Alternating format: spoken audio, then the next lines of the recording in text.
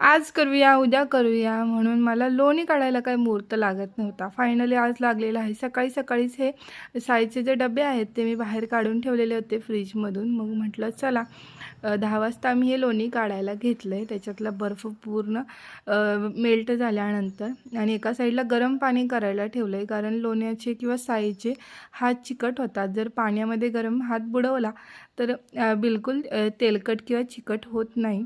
म्हणून मी इथं लोणी काढायला घेतलं आहे. मिक्सरला अगदी 2 ते 3 मिनटामध्ये छान असं आपलं लोणी निघतं. सगळं लोणी काढून घेतलेलं आहे आणि गरम पाण्याचा हात लावून मस्त असं आपल्याला हे लोण्याचे गोळे काढून घ्यायचे आहेत. बघा किती छान दिसतं आणि हे लोणी चपातीसोबत मुलांना खायला दिलं किंवा स्वतः जरी खाल्लं तरी खूप जास्त भारी लागतं. आम्ही तर लहान असतानाही खूप जास्त खाल्लेलं आहे. आणि बघा आपलं एवढं लोणी निघालेलं आहे, जवळपास अर्धा किलो होईल एवढं.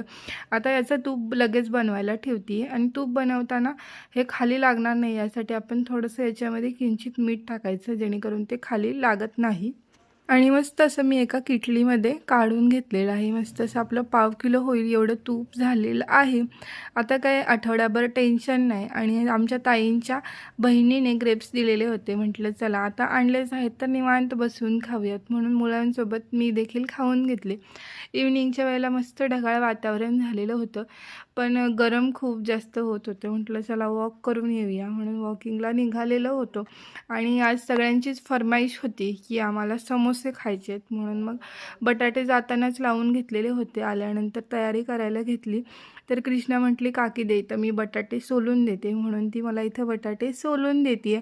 मस्त स्टफिंग बनवलं, मैद्याचं पीठ मळून घेतलं आणि आता इथं मी समोसाचे शेप द्यायला घेतलेत. बघा या पद्धतीने मी समोसा बनवलेला आहे आणि शूट आमच्या कृष्णा मॅडम घेत आहेत, तर असं काही तिने घेतलेलं आहे.